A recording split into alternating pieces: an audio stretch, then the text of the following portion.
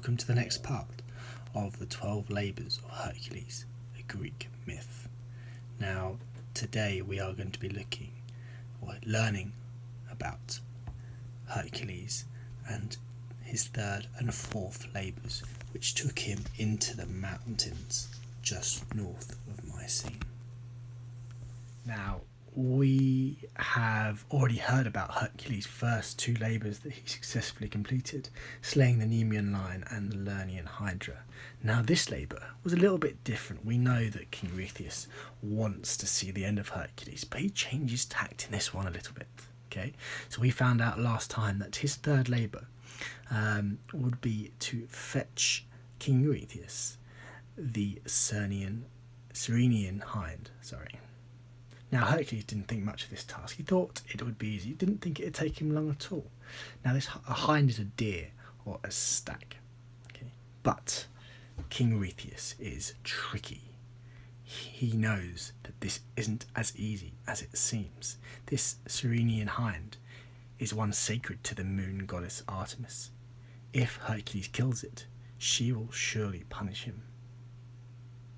So, because King Eurystheus only asked him to fetch it, it wouldn't be his fault. So he has set him a very clever plot indeed. Will Hercules fall for it? Well, let's find out. Now, this stag, there are many stags in the mountains, but this one is special. As we said, it's the stag of Artemis, and it was known for its incredible beauty, its golden antlers, and its remarkable speed. It was not dangerous. It was just fast. So it wasn't until many months later that Hercules finally returned with the stag slung across his shoulder. "Eurystheus," he bellowed as he entered the king's chamber. "Here it is." King Eurystheus sprung up from his chair, eyes wide. "How? What about?"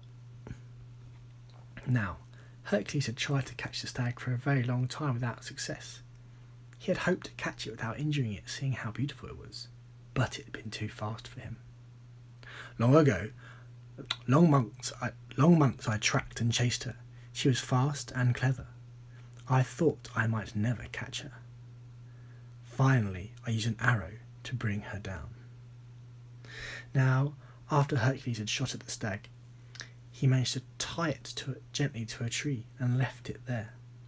He went looking around for a witness who would have agreed to swear to King Eury that the stag had been captured. Hercules intended to let the beautiful animal go free once he could prove he had captured it. But he could not find a witness, so he returned to the tree. Hercules looked the king deep in the eye. Then, as I made my way back, Artemis appeared before me. Seems this golden-horned creature is a favourite of hers. She was angry just thinking that I'd hurt it. Hercules gently laid down the deer on the floor of the king's chamber.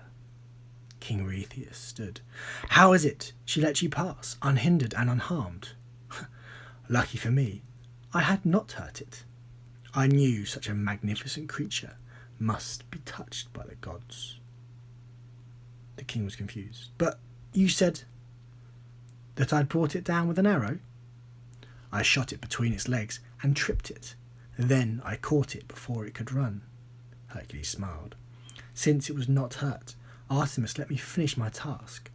I had to promise to let it go. Now I have."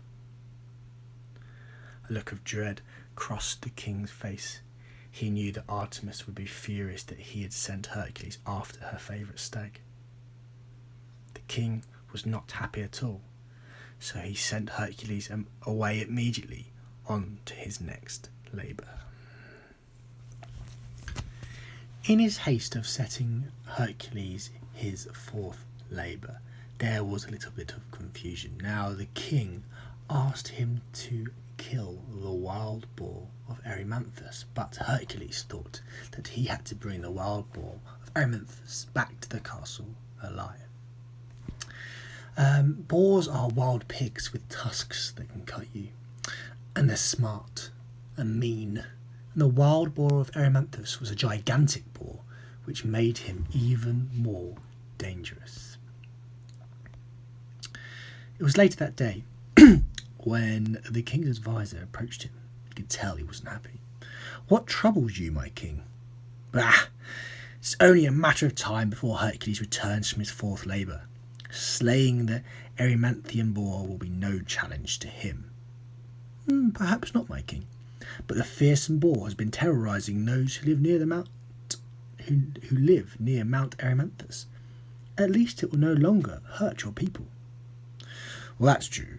I just wish I could think of some other labour to—" But the king was rudely interrupted by one of his soldiers, who ran into the room screaming, "King Eurystheus! Hercules is coming!" Now, the giant wild boar of Erymanthus was dangerous. But Hercules had chased the huge boar up and down the mountains for almost a week before the boar finally dropped in exhaustion. Hercules, the great hero that he was barely winded. And he was glad he did not have to kill the boar. Hercules had gotten quite fond of the tricky little fellow, so he slung the boar around his neck and carried him home. By the time he arrived at the castle, the boar had begun to recover, and this is what the soldier had seen on the gate and sprinted to tell the king. "It is amazing, my king. He chased the beast up and down the mountainside for days. Finally, he drove it into a snowbank near the peak. Then he waited until it was exhausted from struggling to get free." The king sat up. "Exhausted? Then it is still alive?" "Yes, my king," the soldier stammered. And he's bringing it here?" He shook the soldier. "Yes, my king." "Go, run. Tell Hercules that from now on he should show the proof of his labours to the guard captain at the gate. Not to me, you understand? Not to me." The king screamed and ran away. No one saw the king for the rest of the day. As for Hercules and the boar, well, the boar disappeared. Some say Hercules gave him a lift home, back to the forest. But as you could probably work out, King Eurystheus was embarrassed with his reaction. He was not happy, so he decided to embarrass Hercules with his next labour. Find out next time about Hercules' embarrassing fifth labour and how he had to clean the Augean stables in one day.